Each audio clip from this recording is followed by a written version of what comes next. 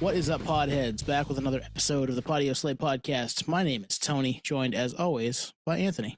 Hello, sir. How are you? You get the sir tonight, sir treatment. I am a sir. Yes, I'm Sir Elton John. Yeah, I'm not Sir Elton John.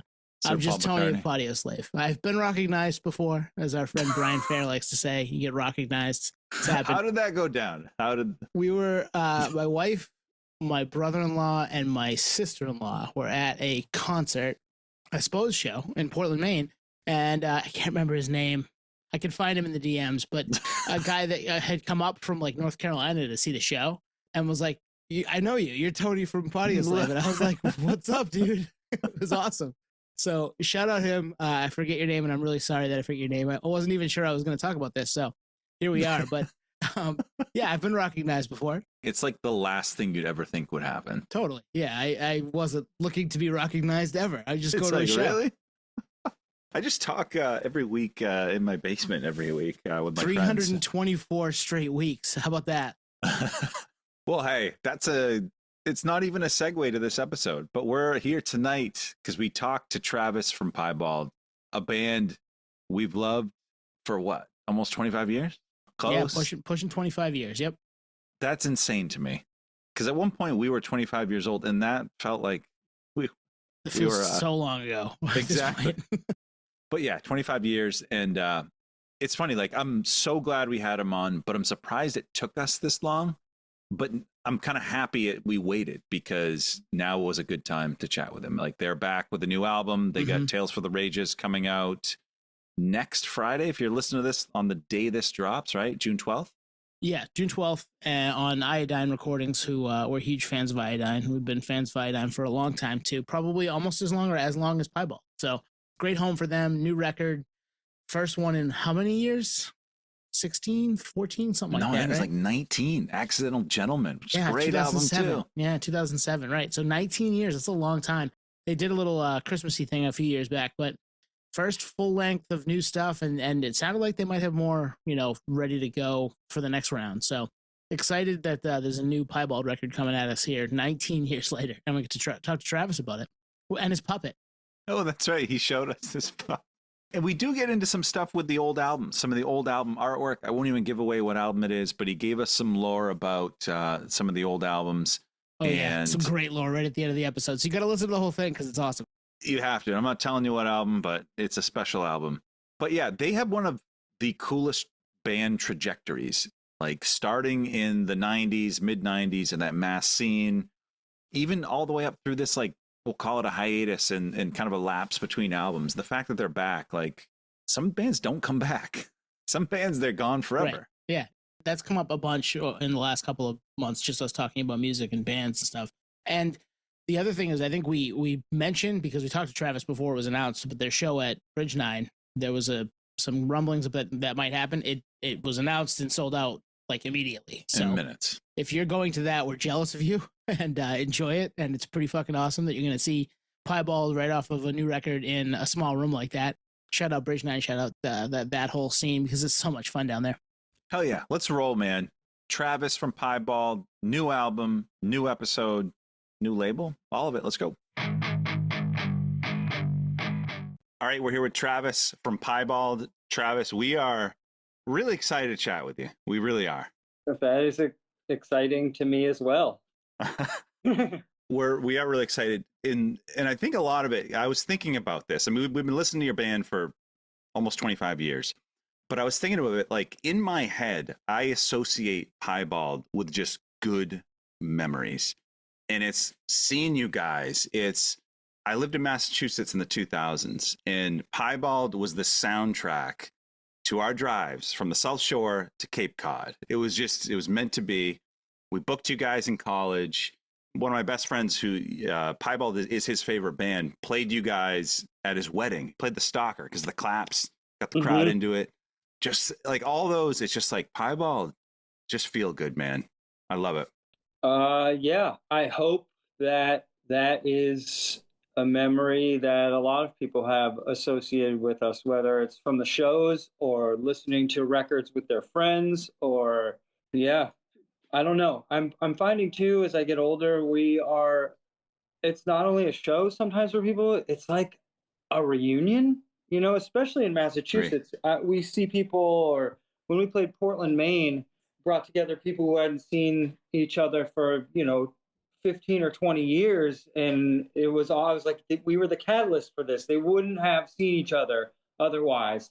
And I'm happy to add good memories to people's brain holes over the years. And I hope that that continues to be the case. And thanks for coming to Portland, Maine. That's our hometown. We live just south of it, grew up just south of it, but you guys have always taken care of Portland, made sure to come up, play, P home or play wherever you can get into. And we appreciate that because not everybody does it. Yeah, we love Portland. We've played it actually a lot in the last, I think like 3 times in the last 10 years, probably. But I know we're from Mass, so we have no excuse to not get up there. But yeah, we try to hit all the New England spots. Do you remember playing The Edge in Augusta, Maine back in the day? The Edge. Was that place the huge venue? No, this was like a little teen center on the river. It's in a basement. Huh. I guess not. I think combining two places or confusing them. But some of my show memory is a little bit of a blur. It's Yeah. just years that have combined, or tours that things I don't remember. I found if I don't write it down, it probably didn't happen. Like I just don't remember shit. Yeah.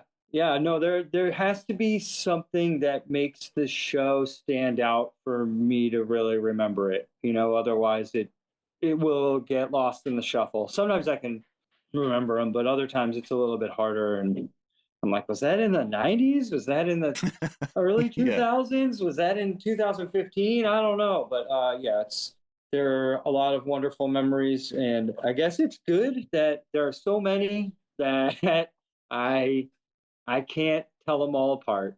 That is a good thing. That means you've been a lot of places and seen a lot of things. Yeah, I've lived. Yeah, a lot of like when we have these conversations with bands, we'll ask like, "Hey, do you remember this? That it's from 30 years ago." It's like if someone asked me anything from 30 years ago, I'll be like, "No, I don't remember shit." I don't. I will. I'll You- remember. Yeah, some things. And I suppose when we have to talk about records from, Venetian Blinds was literally 30 years ago, or at least writing of it. And so having to think about those times, you sort of remember what you were doing. I don't remember maybe specific days, but I remember the house we lived in and practicing in the basement and Kurt having a studio. So I feel like there are bits and pieces that I can clearly remember, but maybe not specific moments or memories. So we're talking to you a little bit before the new record drops, but we want to get a little lead up to that and how it kind of all took shape. First full length since 2007, which is wild. Yes, it is wild. I still can't believe it. And it's shocking to me that we pulled together enough songs to make a record, but it just feels like that's how it worked out. And it seems to be pretty well timed in terms of how we're feeling about everything. And with like the collection of songs we had, we were feeling strong enough. There were other songs that didn't quite make it or didn't get finished or didn't reach their final form. But these 12 real songs were a collection of work from over the last like 6 or 7 years. Were you always kind of tinkering, even though, a lot of time has passed since the last full length? You've done some stuff, but never anything this big. Yeah, I think we're always tinkering, and I know that I am. Some things obviously may not go to the Piebald camp. There's always other outlets, or I've been trying to find people to play with down in New Orleans for a while, although I'm pretty slow moving at it. But so I feel like, yeah, there's always tinkering. But when we first started playing shows in 2016, again, we weren't really tinkering with new songs. I was thinking this was going to be, okay, we're a nostalgia band and we play songs from, 20 to 25 years ago. And that's just what we're going to do. And now I feel like, no, I'm willing to see what the world thinks about a new Piebald record at this point. I'm proud of it. We did a lot of work. It's been long years in the making, and like I think the songs are great. So I feel confident about sharing it with the world. I hope the world loves it. but if they don't, we had to make it anyway, you know? I got to give you credit. Your cat's just walking back and forth across your keyboard, and you're just locked into the question. I appreciate that. She does it a lot. Was there like a turning point where you're like, guys, we've been playing out. Let's write some shit. Like, was there a convo? Yeah, I think the Christmas EP was the thing that broke it open, and I knew if there was a way for us to start writing songs, they would have to not be real Piebald songs yet. They had to be like, let's go in and hit them with like something holiday that has less weight than us making an album, right? It has less significance. We could just play together again and write some funny holiday songs. And that's what happened. And I think that really broke it open for us to be like, oh yeah, what's the fear here? You know, like, why don't we just start writing songs?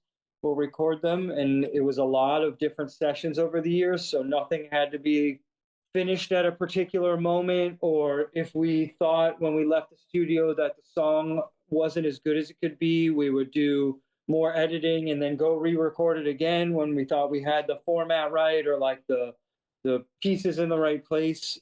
But I don't even remember where that question started. That's all right. Yeah. So when did the group know it was time to put all this together and really start to, you know, hone in on a whole full length again? Like, let's put together a whole piece here. I think we were getting together in the end of 2014 to meet at Doug's again and do some recording. Oh, not 2014, 2024. And before we got to that point, we had a lot of sessions under our belt, a lot of songs that were like almost finished. And I think we had a meeting to talk about those sessions with Doug. And we're like, let's try to finish up a record this time, right? We need to, you know, finish this, get the horn players to come in. We want a couple horns. We have a friend. We contacted other people. We were able to wrangle horns, and it was awesome. It added, I think, so much to the production and the sonic elements. And I think we saw in the middle of 2024, towards the end, like, okay, we can actually wrap up a record here. So we knew we would be finishing up 14 songs when we finished up with Doug in the studio right before Christmas of 2024. And then all of 2025 was spent mixing, and here we have a record. So yeah, there's still some songs that fell by the wayside, but we made it to the finish line. And I think, like I said, that was probably the end of 2024. But we put a lot of years into the songs, and like I said, it was almost, you know, there was probably 8 to 10 other songs that, like, I don't know, either we didn't have a good enough grasp on, they weren't finished. There's a recording of it, but then we didn't try to edit again, and it just fell to the wayside. And I feel like there's another Piebald record in there already. We just have to, we got to get brewing. So Travis, if someone said, hey, Anthony, said to me, like, hey, Anthony, like 5 years ago, in 5 years, Piebald is going to come back and make an album, where would be a good home for them? Or like, where would be a good home for the album? I probably would have said Iodine. Like, that is to me, that's the perfect home. I don't know how you guys, I don't know how that happened and how you guys look at it, but to me, Iodine is a perfect pairing for this record. Well, it does seem to be the right, it seems like beneficial to both parties in a way. Like, I feel like we're adding a solid, nostalgic band to their roster and the old catalog as well as new music. Right on. And yep. They're a band that represents that fully. And I feel like it's obviously our scene. And so, yeah, it feels like home, plus the reissues look and sound awesome. This is not about money. I'm happy that our records are back in record stores because I'm a record dork like that. And that's, to me, what a real band is. It's a band that has their records in stores and they look good and they sound good, you know? Well, and that the song, This Thing Is Old, that just you guys just released as of this recording. I was listening to it again this morning and I was like, did he write this about me? Like, Yeah. I have all this stuff just kicking around, stuff over here, all these records in the other room. And I felt very connected to that track. Yeah, That's the hope, but it's also just like, right? You all of a sudden you look around and you're like, oh, I have this weird, book or Get in the Van by Henry Rollins that my buddy gave me 20 years ago, and it's on my shelf, and like, or T-shirts and records that someone was like, I have 2 copies of this. I think you'll really like it. Here, take it. And you look back and you're like, wow, I've known this person for such a long time and had this thing they gave me. Yeah, that's really a cool human experience, and you can only have it when you're older. True. So true. It's funny. I remember. As earlier I said, I can't remember anything. I do have a weird ability to remember where I bought records, like the year, the store, what else I bought with it. I'm just a weirdo, man.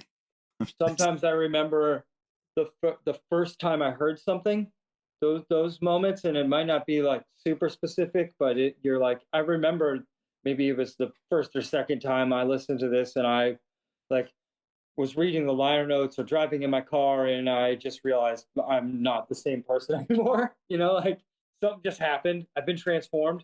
Well, and that is a question that we actually had for you. You've been writing these songs over the course of, it looks like 7-8 years, right? Yeah. And to make it sound as cohesive as it does, that's going to be difficult, because I know if you asked me, and we started this thing in March of 2020, how much different we are today with the way things go and how we operate as a podcast, I know we'd be like, we don't listen to any of that stuff from 6 years ago. Listen to the stuff that we're putting out now, So how do you pull that off? Like being able to put all that stuff together and make it sound like it all happened in, a couple of sittings or one sitting?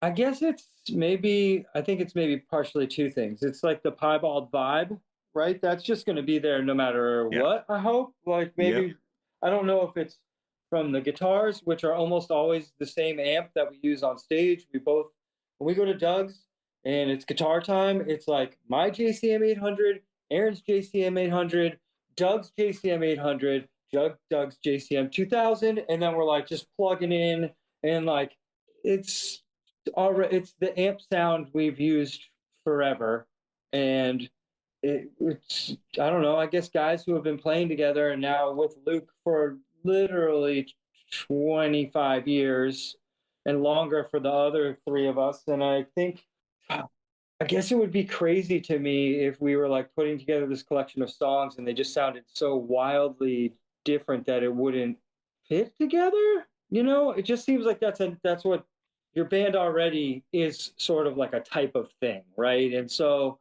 you vary from that a little, but like you're still that thing. We're just a good bar band with punk rock roots, right? Like that's what Piebald is. Yes. It's funny because like Tony and I are trying to dissect this. Like Tony and I have been friends for as long as you guys have been a band, but we're not creative in the musical sense. But if you were to put us in a room in 30 years, like it would be the same. I know the boundaries of the convo. Like I know how it would go, and it would be effortless. It wouldn't have to be let's try to recreate the magic from the past. It's like, no, this is just what we are. And with you guys having that core, it's so cool to hear, because you're not necessarily trying to be anything. It's just, we know what the Piebald vibe is. We know who we are. That's how it feels like you describing this. Yeah. I think in particular now, I know too, as the main songwriter, like what I'm 95% sure is going to make the other guys most excited.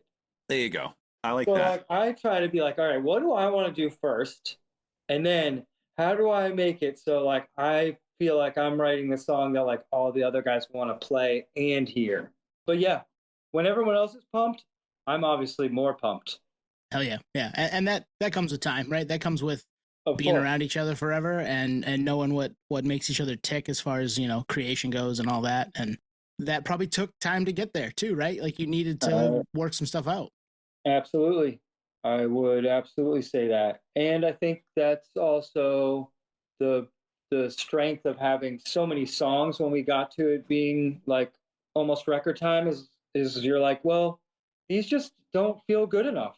And these ones we haven't finished. So like, here's the core of it. And we have a couple extras to slide around with. But like having more than enough to work with is always hell yeah. too many. Oh no, too many good songs. Double album. Let's go. It's funny. We I don't even know if we've said the name, but Tales for the Rages comes out June 12th on Iodine. Yep. And Still on the Couch was the first song that I had heard from the record. We've since heard the whole record several times, but the second I heard that song, I was like, oh my God, this is Piebald. And not even a like, hey, this is Piebald, you know, being older, or this is trying to recreate the past. None of that. It was just, this is Piebald. This is Piebald. This is any era Piebald, and I fucking love it.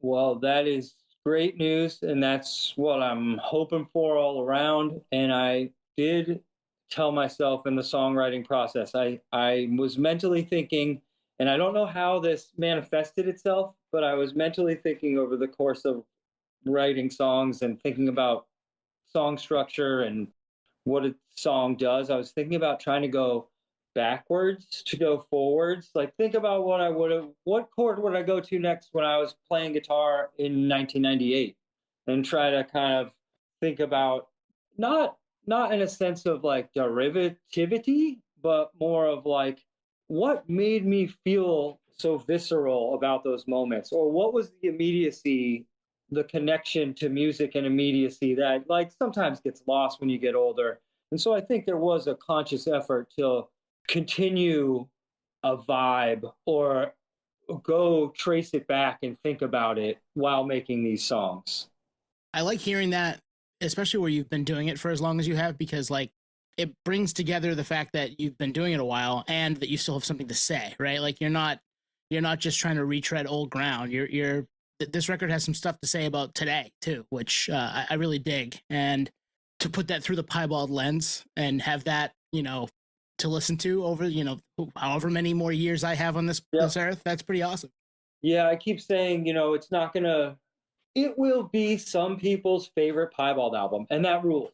It will not be most people's favorite Piebald album, but I am happy, so happy that we got to make another chapter in the Piebald book, because maybe it wasn't unfinished, or I didn't really think that in 2007 or 8 when we were disbanding for a while, but I do feel like the last 10 years or whatever of us being a reformed band, I realized we have more to give, you know, and I have more to create, and I have more to do with the Piebald guys, and we had more songs to write, and hopefully there's at least another one in there before we're just too old to do it.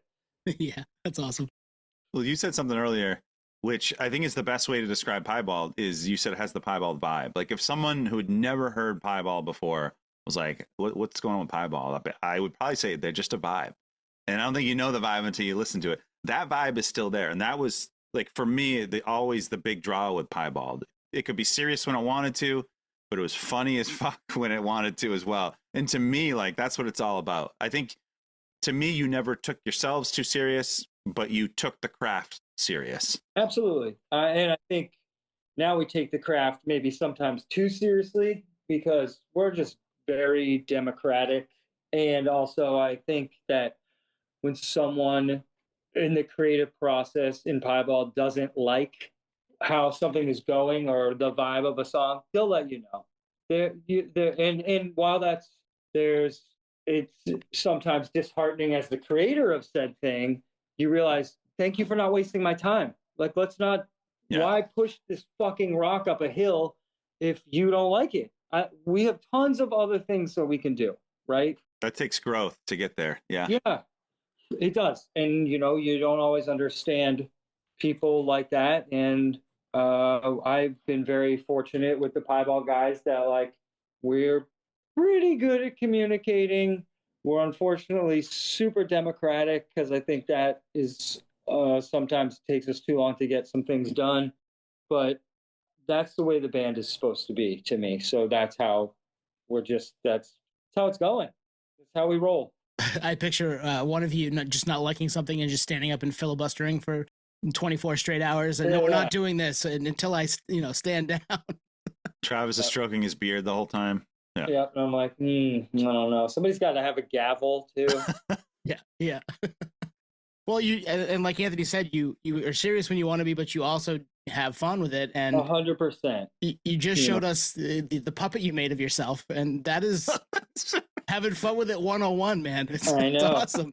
Yeah, I'm knee deep in this puppet video I'm making for the song we just released. We were hoping to have it done at the same time as the song release, but that didn't happen.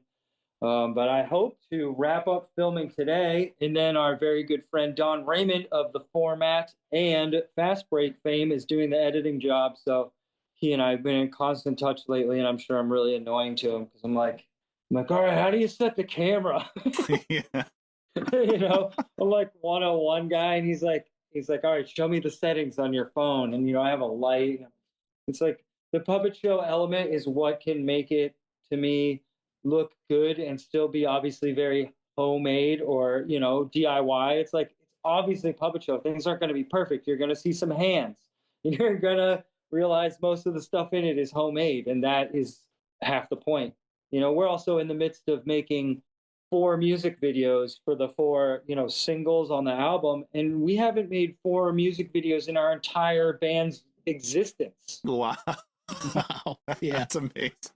So we're, you know, Still on the Couch was just footage that mostly I had, but I said, all right, Doug, Andy, Luke, and Stuart doesn't really participate in that kind of thing. I was like, everybody send me footage, Dana, and I just cut up stuff we had. So we're, you know, hopefully at the end of this, we have 2 pretty homemade videos by me and 2 a little bit more pro videos for the other songs. And one we already filmed, and one we're about to film at the end of May.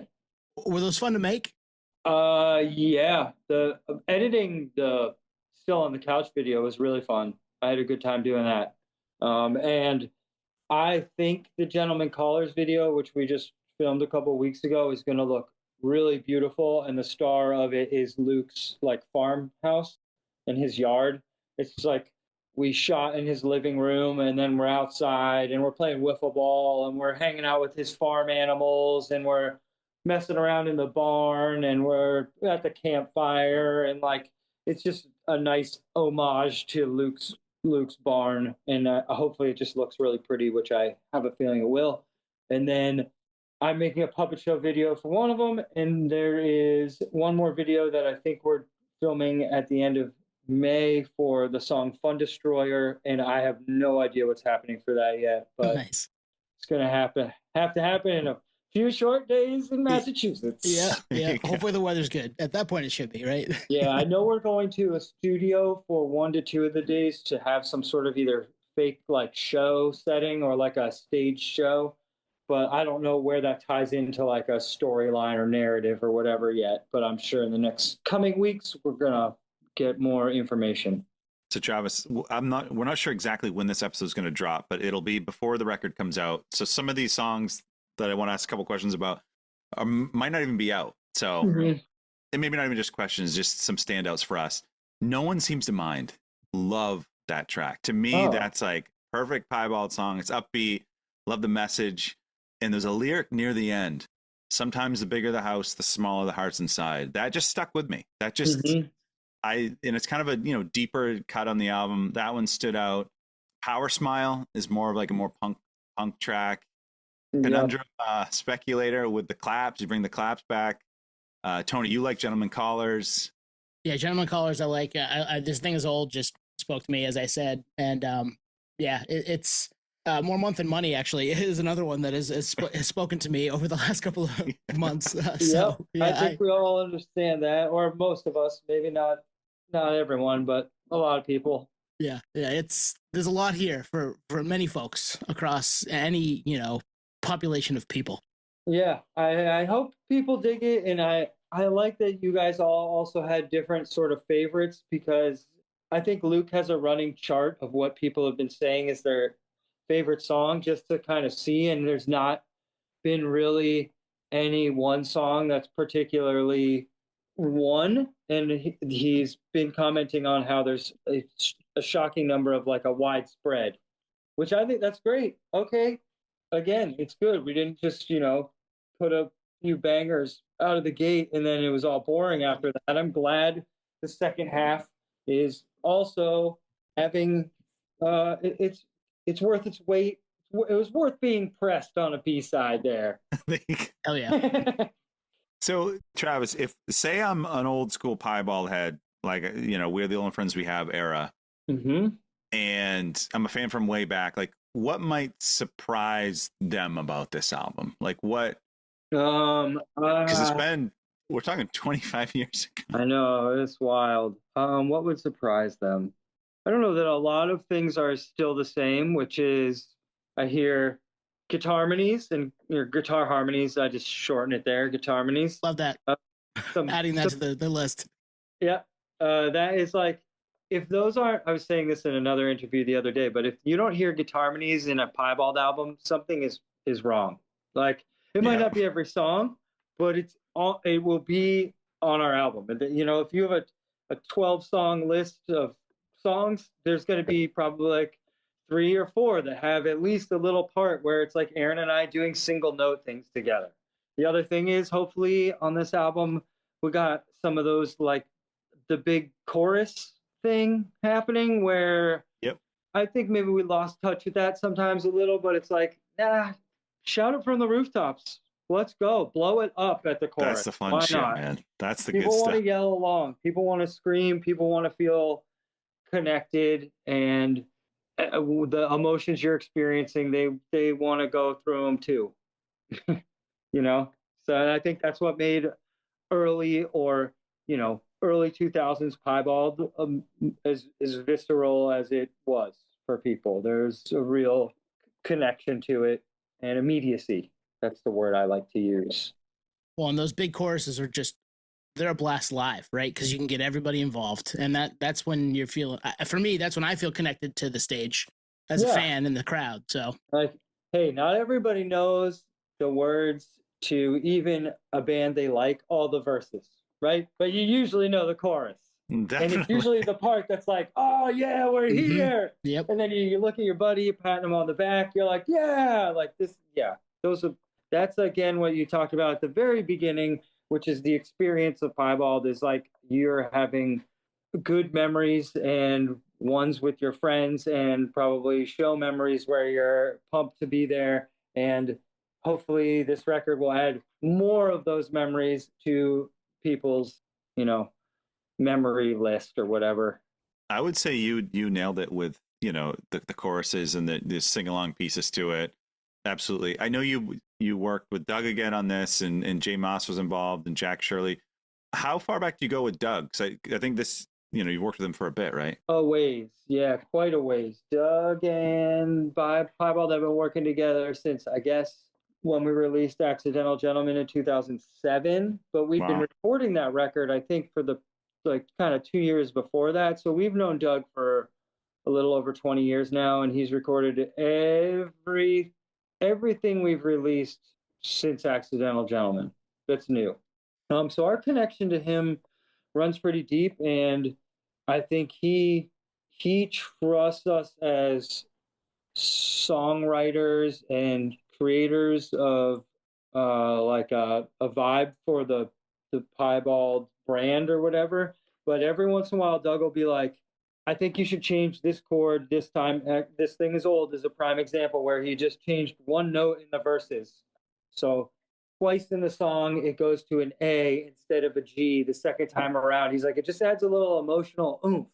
And we did it. And we're like, we wouldn't have done that or thought that, but he changed a little note that, like, I suppose enhanced the vibe of it. And we wouldn't have thought of that, or like didn't connect that to changing the emotional tension of the song, and he did, and we appreciate that. He even put the in Still on the Couch, I had the guitar line that goes boo-dee-doo-dee-doo-dee-doo-dee-doo-dee, the one that goes up, and we didn't have one going a descending line that's like right before the choruses, and Doug put that in, and he was like, I even tried to play it like you guys, and it was like all of us were like, he played it too nicely. It's like, doesn't sound as like slopped up as Piebald should. I'm like, I can tell it's you, Doug, but I don't know if the world will.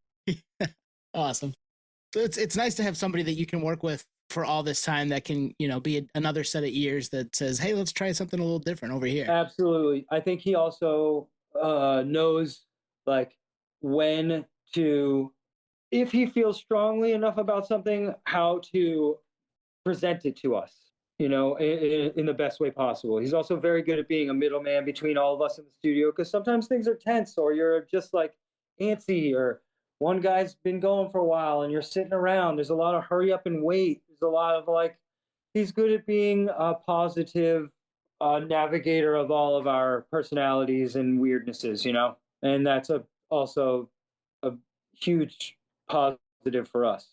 Do you sometimes let him hold the gavel? Yeah, for sure. Perfect. Yeah. He would be one I would trust to do that. Democratic process. Hey, Doug, this shit sucks. Sorry. Can you turn down the suck knob, please? You're in control of the board. Let's go. I will say this, and when you're listening to this, you'll hear the record in a week or 2 or 3 weeks, whatever it is. If you like Piebald, you're gonna fucking love this record. I love it. You nailed it, Travis, and it makes sense because it's your fucking band. It has the Piebald vibes. It passes the vibe test. I hope it does, and like I said, I hope we make new fans, and I hope old fans love it. And if they don't, I will live, and it's okay, and it's another Piebald chapter. But I feel like we worked really hard on this one, and I am proud of all the songs on there. And I hope that in these strange times, people connect with this next Piebald chapter. Yeah. So nothing announced at the moment, but you must have maybe some tour plans coming up to support. Yes, I think the second half of the year we're hoping to do some either support tours or some strings of dates to at least promote the record. And I know right now around the release date, we're working on 2 kind of smaller shows at record stores. It was talked about Rough Trade and Bridge 9. So doing like on the release date and the day after, which I think are Fridays and Saturdays these days. So that'd be the 12th and 13th. I don't think they've been confirmed yet, but that has been definitely talked about. And I know that, like I said, the second half of the year, hopefully we're doing either support tour dates or our own dates, West, East Coast. I'm not sure how it's going to work out, but it is at least being worked on by Matt Galley, our booking agent. And, it's been thrown out there. So hopefully you'll see us on the road in the second half of the year. Nice. One Bridge and I would be awesome. I mean, we've been down a couple times to see shows there and just to visit the store, and we've had Chris on a few times too. Great spot. That'd be a lot of fun. I know he did a special variant of all of our reissues and the new record, so that was part of like, yeah, let's do a show at this place. Plus, we saw that a while back when Newfound Glory did it. We're like, man, we should. That sounds really cool. So, Travis, you up for a throwback question? Sure. Yeah, of course. So the album cover to "We Are the Only Friends We Have," I've dissected that thing so many times, and every time I look at it, I see something new. So, like, where'd the inspiration for that come from? Do you remember the photo shoot? And which one are you? I've never been able to tell. Which one am I? Like, who am I on the cover? Yeah.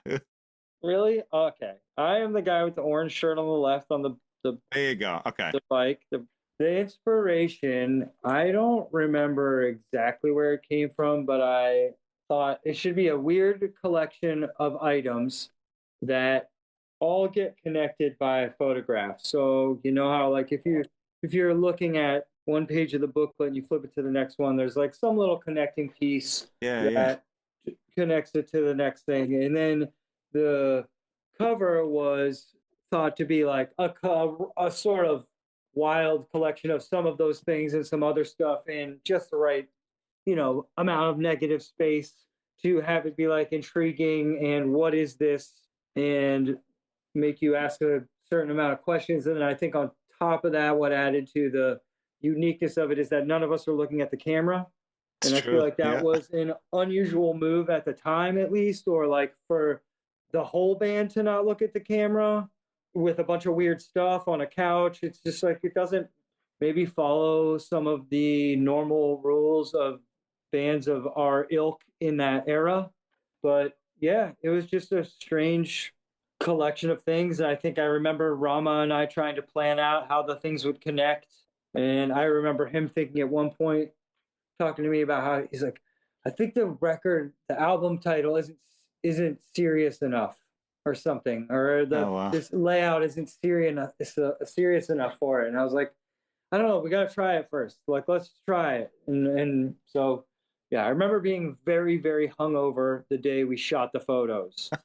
And I had to jump on a mat at one point to catch the Frisbee. And oh, baby, that was rough. That's right. You're wearing it looks like a Be Cool Shirt. Be Yeah, Cool Fool. Okay. Yep.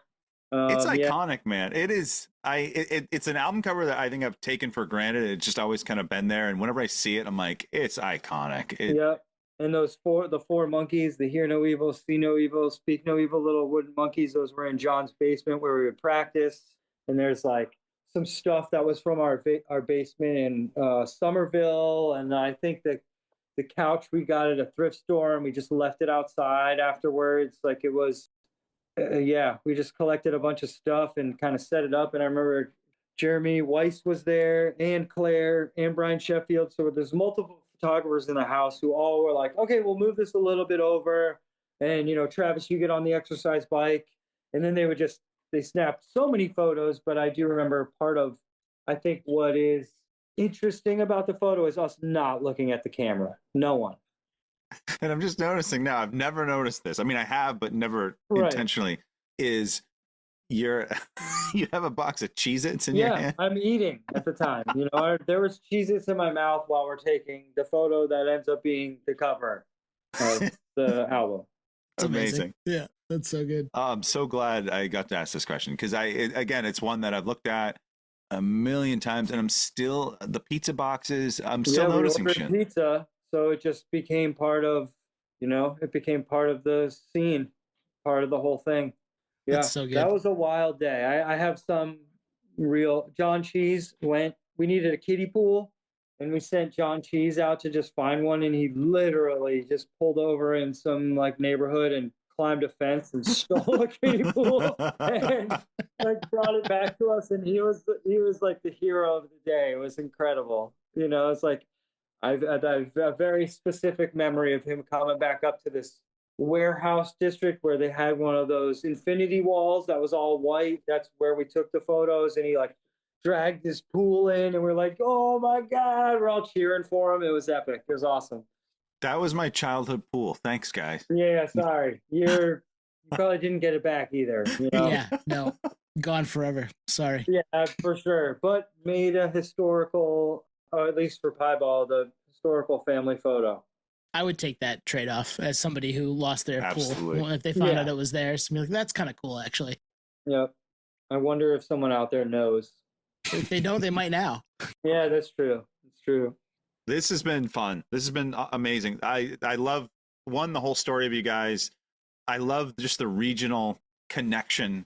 To me, like, you guys, whenever I think Massachusetts, I just think Piebald. I just think Piebald. Yeah.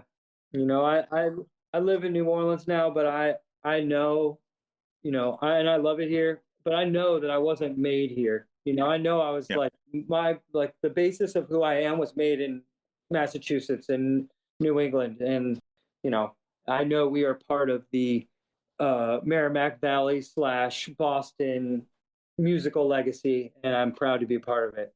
I'm wearing a Merrimack Valley hoodie right now. I see your cave-in hoodie. There it is, Merrimack Valley. It's so cool you guys are playing out. New album. Everyone's going to love this record. I hope they do. I really hope they do, and we're really proud of it. And especially after all these years, because we could have made a big fat pile of poo, and I don't think we did. No, you definitely didn't. So Tales for the Rages, June 12th, I9 Recordings. If this is out after and you haven't heard the stories behind it, here it is. And then if it's coming soon, get ready, save it, go buy it, all that fun stuff. Hell yeah. We'll keep an eye out for shows and probably try to get down there. Bridge and I would be fun. Not too far for us. I feel like that's going to be so fun. I already imagine just, you know, 100, well, a little more than 100 people jammed into like a tiny record store. Yes, that's what I want in my life. Yeah, because it's been since the Sticks and Stones Fest in Worcester, the NFG one. And that was awesome, actually. I remember that day. That was so fun. And Movie Life played. We hung out with John LaCroix all day. Yeah, it was great. I just have remembering like photographs in my head of Dana just up there with the cowbell. Oh, he's the best. He made a feature on the record. He actually plays cowbell on More Month Than Money. Nice. Oh, nice. Hell yeah. We had to get him in there one day. We were like, Dana has to be on this record somehow. So That's he's awesome. Yep. Shout out Dana. We've DM'd with Dana here and there. Good dude. Good guy, that Dana. Well, Travis, thank you very much, man. This was a blast, and we're looking forward to the rest of the year for Piebald here.